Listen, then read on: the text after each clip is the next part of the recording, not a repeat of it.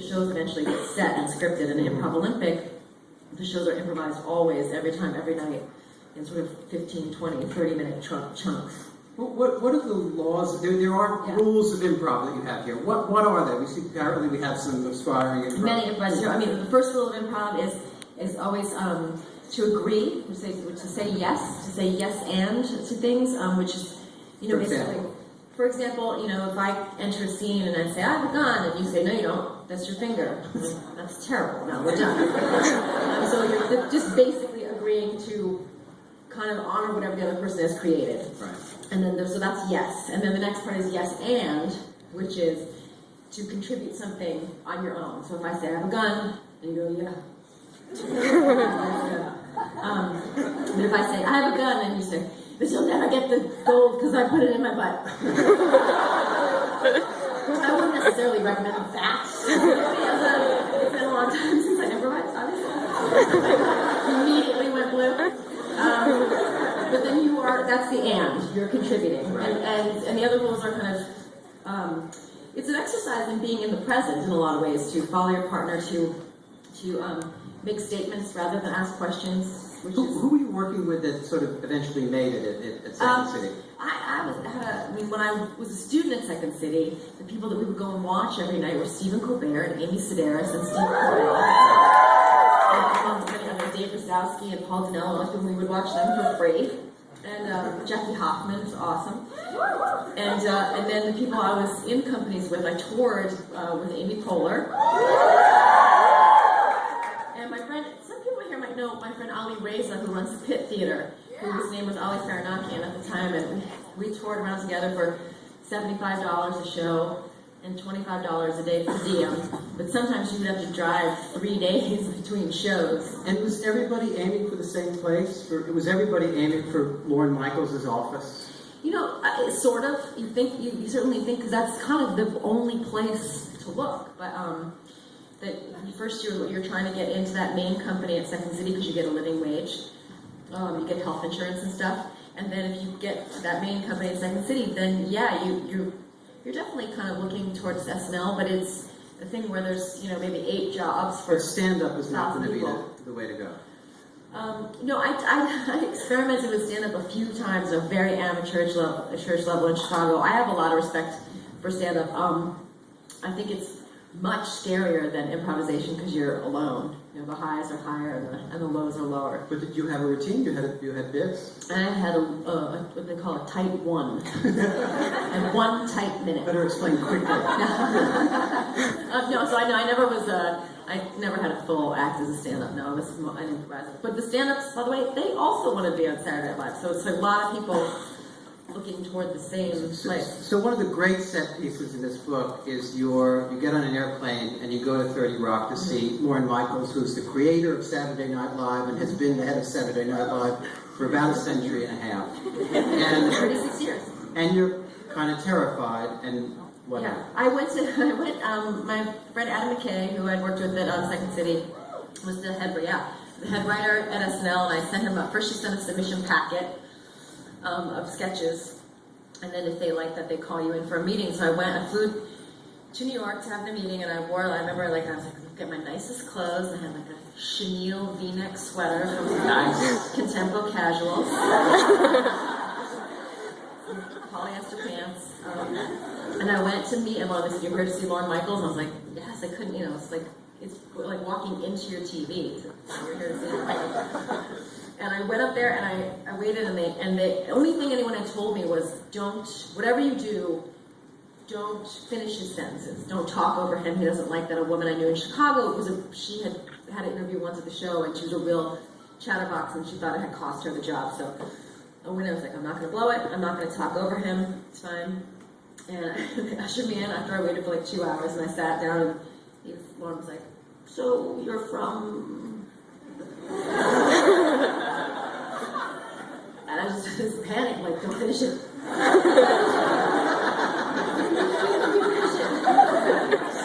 And then, just what seemed like an eternity went by. And I just finally was like, "I'm from Chicago, or Pennsylvania," and he was like, "Chicago." And then I'm like, well, I just would have packed up my little bag. But it ended up being fine. I don't remember anything else about the meeting. I don't remember anything else. It must have gone well. You got the job. I got the job, but I think, mostly... Had you seen film? How did you know? They had seen me as a performer a couple times at Second City, and were not interested. But he was taking Adam's word for it that my sketch packet was good. And by the way, no one's first sketch packet is good. They're always terrible. Now, when you got there initially as a writer and performer? As a writer, no, definitely as a writer. I started in. How many women were in the room? In the room, well, let's see. At the time, the female writers were me and a woman named Paula Pell, who's super funny. Yes. And a woman named Lori Nasso, and a woman named Cindy Caponera. So the boys' club stuff was over completely? It was. I think it was the end, the tail end of a very masculine era there. That was, as I say in the book, people were still kind of urinating in cups at times. As guys do. Yeah, as you do every day, David. Every day. Yeah. Morning, noon, and night. People would honk a loogie into carpet. That kind of thing. And the problem? Yeah. And so it definitely had a different vibe in '97 than it did in 2005. In the serious sense, how so? In the working sense, how so? There were the ratio of men to women was a little different, and the women in the cast were really funny, but they were the women in the cast still, as opposed to the dominant figures in the cast. Right. And even it affected what went on the air, didn't it? In many ways, that people still thought it was funny all the time to have male cast members dressed up as women, maybe more than you'd want. I talk about this in the book. That the first show I was there was with Sylvester Stallone, and which was awesome. It was a big movie star to start with, and just have to go up and pitch ideas to Sylvester Stallone. And the one thing I remember about it was they did some Rocky monologue, and they needed someone to play Adrian from Rocky. And Sherry O'Teary, she was like, I want to do it. And she was little, and she looked like her, and she's from Philly, and she could sound like her. And somebody, and I don't know who because I wasn't privy to any of this at the time, somebody was like, no, we'll put Catan in a dress. Put Chris Catan in a dress. All right, and I love Catan, but I think Sherry would have been funny. And that was like an old school thing of like, well, a guy in a dress will be funnier. I'm like, will it? I don't know. And by the time we left, there's nobody that would have thought, if you have like Maya Rudolph, Kristen Wiig, Amy Poehler, Rachel Dratch, no one would have thought like, what, let's be funnier to have just a guy pretend to be them. Right. It wouldn't have happened. And you have a terrific riff on that you need a mix of people. You can't just have smart-ass Harvard kids, and you can't just have improvisers. How does that work? Somehow Lorne Michaels knew instinctively that you needed kind of a bridge mix of Harvard guys. And there is one mistake so far that I found in the book is I say Robert Smigel went to Harvard, and I believe he went to Cornell. But I emailed him, I said, I'm sorry, I found a mistake in the book, and I said, you went to Harvard, and he was like, you're kidding, I love it, I feel less Jewish already. It doesn't work, I can So there were the Harvard guys who, write a certain kind of well-structured pieces and stuff, and sometimes, oftentimes not necessarily the most topical pieces. It can be like a rethinking of the Mad Hatter's Tea Party from the Tea Party politics point of view. Like really kind of elaborate premise of things, and then you have the improv people who just want to wear like crazy noses and wigs and have this kind of more visceral attitude, and it works when you have both. If you have too much of one or the other, it's not the same. Did you get tired of Saturday Night Live? At one point you described Saturday Night Live as high school, but they never tell you when to graduate. You had to decide when to graduate. You have to decide when it's time to go, usually. And it's funny because at the time you think like, oh, this is so hard, such a grind. And then you get a real job when you leave, and you're like, oh wait, we worked 20 weeks a year for like 9 hours a week. I mean, you do work a lot of hours, but it's not like a job. Right.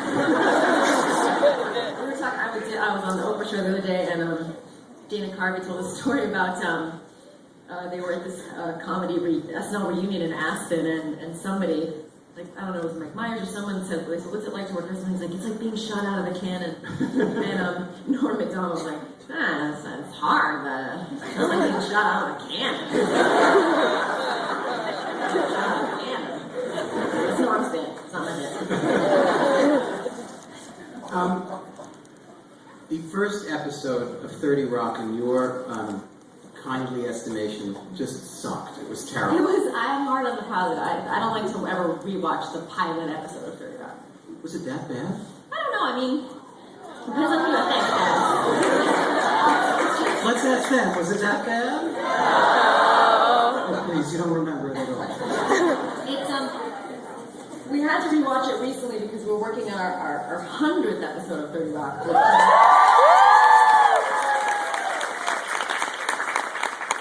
a weird one. It's really weird. People maybe hate it. As we had to watch it again because we pulled some flashbacks to the pilot and stuff, and it just feels so different from what the show became. It's much slower. Visually is a lot different. Right. So it's I mean, it's like the difference between looking at this mindset, it's looking at a sonogram or looking at a picture. It's just like kind of like creepy goo. And it's really disappointing. You write that you set out to make a hit. You set out, I think you wrote, I know you wrote because I wrote it down. We were trying to make Home Improvement and did it wrong.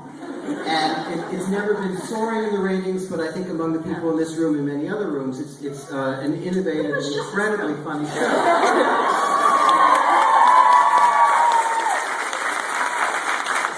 But in the last few days, we heard two pieces of news. One great, one a little sad. One that you're... One true. One true you're pregnant. Congratulations. Is the other sadder piece of news? I don't know. I've seen you talking about Alex saying that... Yeah, Alec Baldwin said that it's going to finish after this next season. Joking to that, him saying that he's officially done is the first, to me, is like great news. It's my first indication that he's staying. Oh, he said he's leaving, he must be staying. I think, we all have next year, and then we'll see, and we want to keep going as long as we feel like the show's good, as long as he wants us to. The show was built for him. You wrote it before he even knew about it, and you constructed it around him, and you have another great riff in the book is about the way he did the voice. Now, we can barely hear him on TV, but and yet you hear it in the back of your brain. What is it like to do a scene with Alec Baldwin? It's great. Sometimes you're like, I feel like I'm in a movie. He's just incredibly skilled. He's really, really skilled. Right, Grizz? Right?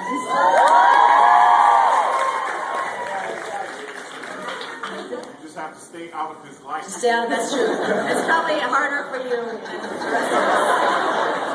Yeah, just and he will usually he'll be like, especially I remember during the pilot, because the only thing I ever shot on film before was Mean Girls, which I was only in a little bit. And I had never been on a film set before, and you shoot what's called a master shot, and then they move the cameras, and you do close-ups, and you do.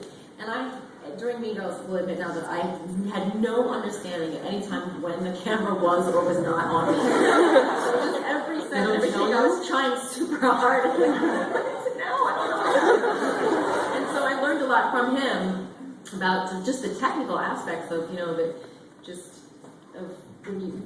someone's doing their close-up coverage, and you put your head really close to the camera, and if you overlap in dialogue, you don't really overlap at the same, just these little technical things that, if you don't know them, will be very annoying to someone. And that's because this is a one camera show. It's what they call a single camera show, which we shoot on film, not high def video, because it would look like that. And it takes a long time, to shoot. Now we've got an election coming up, and it's almost inevitable that 2 years. Next year. In my business, we've had an election coming up for more than 2 years, and it's okay. And Sarah Palin's going to play some role. Sure, Yeah. Are you going to play some role in that way? I hope so. I had so much fun doing it the first time. But I was shocked to read in this book that you constructed this thing. You made this character in about 8.5 seconds while having Oprah Winfrey on 30 Rock. That it's not something you worked weeks on. No, as is pretty much everything at SNL. It was very much pulled together at the last minute. I think Seth wrote the first piece on, probably Thursday night, and we rehearsed it on a Friday. And yeah, in the book I talk about the day that we ended up doing the first Palin sketch was a Saturday, and it was also the day that had been prearranged that Oprah Winfrey had agreed to fly herself in and shoot an episode of 30 Rock with me. Right. And we really needed to get that Oprah stuff done. There was no risk. I couldn't risk moving that or rescheduling that because we had only gotten her to do it by the skin of our teeth. And so I shot with Oprah from like 6:30 in the morning till 5. And she really smells that good, you said. She smells great. She She's gorgeous. I can't tell you enough.